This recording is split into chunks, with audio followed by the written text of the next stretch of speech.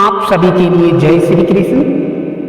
इस संसार के अंदर मानव जाति के लिए परमात्मा की भक्ति और परमात्मा की चर्चा के अतिरिक्त अन्य कोई भी बात तेरे काम में नहीं आएगी। आपको तत्व ज्ञान नहीं है, इसलिए मोह ममता अज्ञानता की नींद में सो रहा है, परमात्मा को भूला हुआ है। जाग जाओ, समझ जाओ, सत्संग सुनो, संगत करो और अपनी आत्मा का कल्याण करो। ये हमारा मानव शरीर ठीक उस प्रकार से है जिस प्रकार से आपके पास धन हो, धन होने के बाद आप किसी होटल किसी सराय में जाएंगे, रुपया पैसा देकर रात्रि व्यतीत करने के लिए एक कमरा लेंगे, उस होटल के अंदर रात्रि व्यतीत करेंगे और जैसे ही आपका अगला दिन होगा, यदि आपके पास धन नहीं है तो होटल का मालिक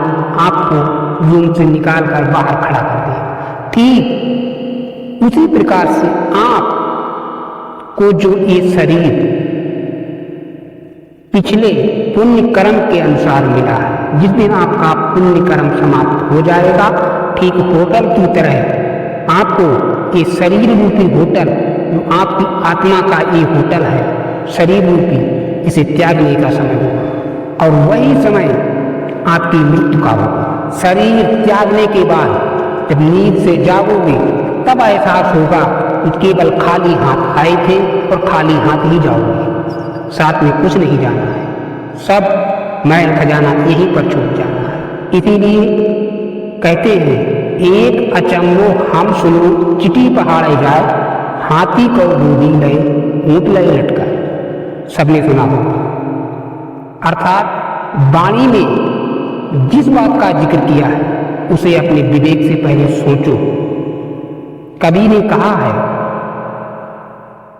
हाथी को दूधी लय ऊँट लय लटका। चींटी कभी हाथी और पेट को गोद ले सकती है? नहीं। कवि ने चींटी आपकी हमारी सभी की आत्मा को बताया है। मनुष्य की मृत्यु के बाद शरीर यही रह जाना है, आत्मा जाएगी। तो आत्मा के लिए कवि ने जो सफर तय करना है उसे पहाड़ बताया है। पुण्य यदि आपकी गोदी में है तो पाप आपकी पीठ पे गठरी में है, और इसीलिए कवि ने कहा है, हाथी को गोदी लिए ऊँट लिए लटका और चिटी पहाड़े जाए। इसलिए मानव शरीर रूपी वस्त्र ये आत्मा का कपड़ा है। जिस प्रकार से शरीर का वस्त्र अंग रखते हैं जिस वस्त्र से, ठीक उसी प्रकार से हमारी आत्मा का जो ये शरीर है ये कपड़ा है। जो लोग मोह करते हैं तो मृत्यु के बाद रोते हैं, रोना नहीं चाहिए, क्योंकि आत्मा इस शरीर से निकलने के उपरांत दूसरे शरीर में प्रवेश हो जाएगी आपके कर्म के अंश। जो आपको 64 लाख योनियों में भ्रमण करना है, आपको आपके कर्म के अनुसार अगले शरीर में आत्मा प्रवेश कर जाएगी। जिस प्रकार से हम पुराने वस्त्र को निकाल कर फेंक देते हैं, ठीक उसी प्रकार से आत्मा हमारे शरीर को निकाल कर फेंक देगी और चली जाएगी। आत्मा के लिए इस शरीर का कोई मोह नहीं है, कोई माया नहीं।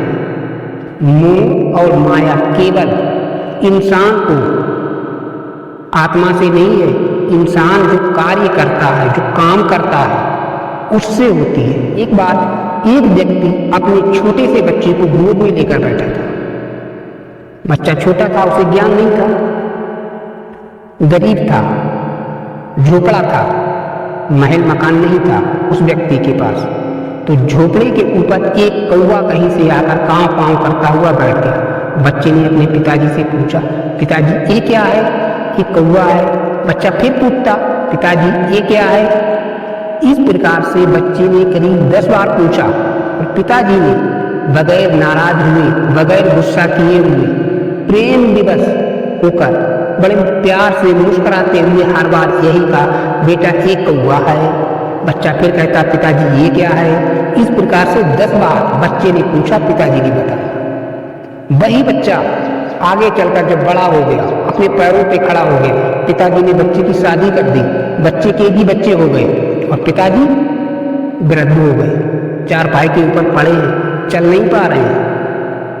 एक दिन एक व्यक्ति उस बुजुर्ग के बच्चे से मिलने आया। तो पिताजी ने पूछा, बेटा ये कौन था? तो बच्चे ने उसका अमुक नाम बता दिया कि इसका अमुक नाम है, जो भी उसका नाम होगा बोल दिया।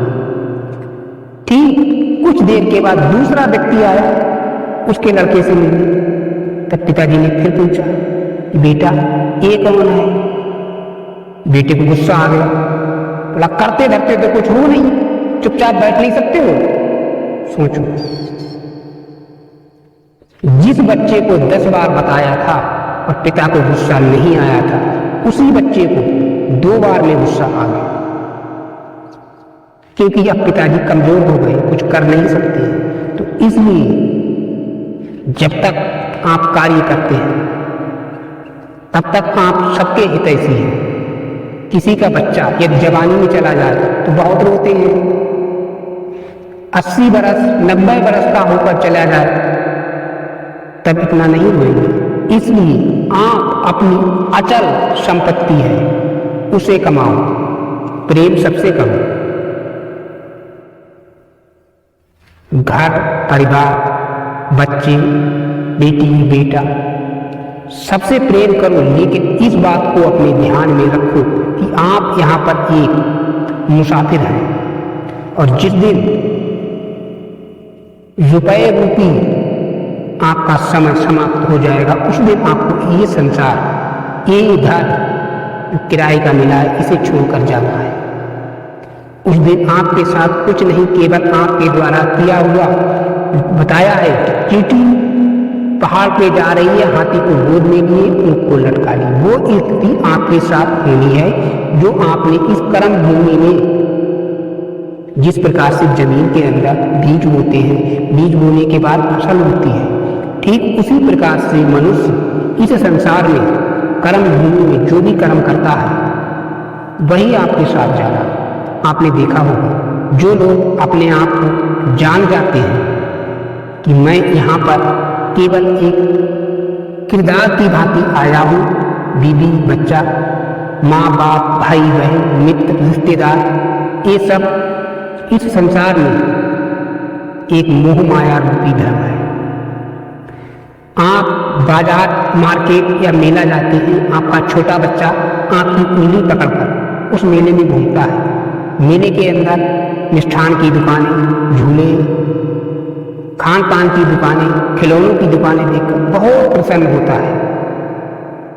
किसी कारणवश वही बच्चा अपने पिताजी से अलग हो जाए तो आपने देखा होगा मेले के अंदर माइक पर प्रतिदिन अनाउंस होता रहता है, अमुक व्यक्ति का बच्चा अपने माता पिता से बिछड़ गया है। बच्चे तो ऐसे होते हैं जो अपनी माँ और बाप का नाम भी नहीं जानते।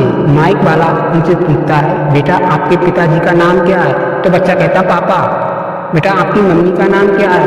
कहता मम्मी। उसे ज्ञान ही नहीं कि मम्मी और पापा केवल कहने का शब्द है, उनका नाम कुछ और है।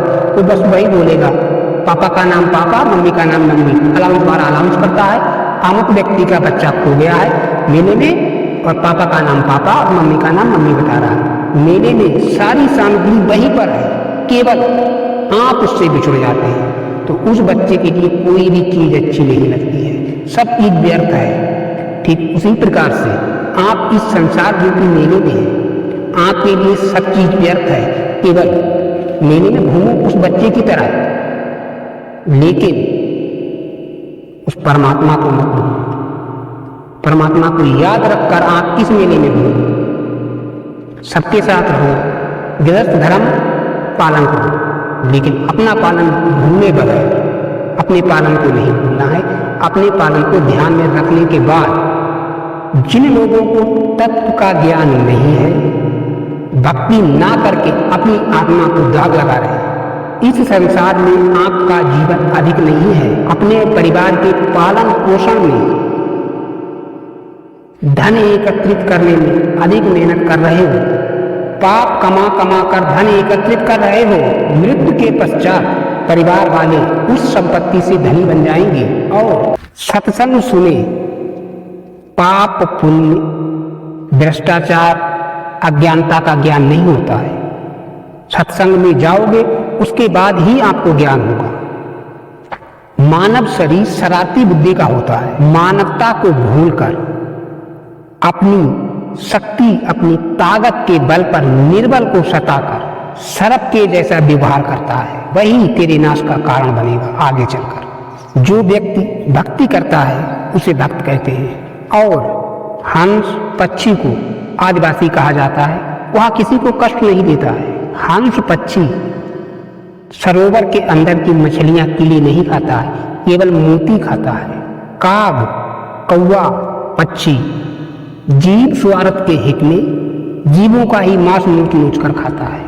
ठीक उसी प्रकार से सत्संग ना सुनने वाला व्यक्ति आध्यात्म ज्ञान के अभाव के चलते दूसरों का धन लूट लूट कर एकत्रित करता है, चोरी करता है, उन्हें अन्य प्रकार के कष्ट देता है, जो पाप है। जो जीव रूपी भमरा विषय विकार, काम, क्रोध, लोभ रूपी विष की तलाश में भटकता रहता है, ये काल लोक तो कष्टों का घर है। उस बिना कष्ट वाले अपने आप को उस सतलोक में लेकर चल, वहां सुख है, वहां सुखदायक बाग है। अपने गुरु का सत्संग सुन, उनका संकेत समझ जा कि मुझे मेरे प्यारे आत्मा के महबूब जो आपके गुरु हैं वो मिल गए हैं। ये मेरा कोई पिछले जन्म का पुण्य कर्म है जो इस जन्म में, इस संसार में आने के बाद पापाचार से बचकर गुरु की शरण में पहुंच जाते हैं। और इसी के साथ आपसे अनुमति चाहेंगे। आप सभी के लिए जय श्री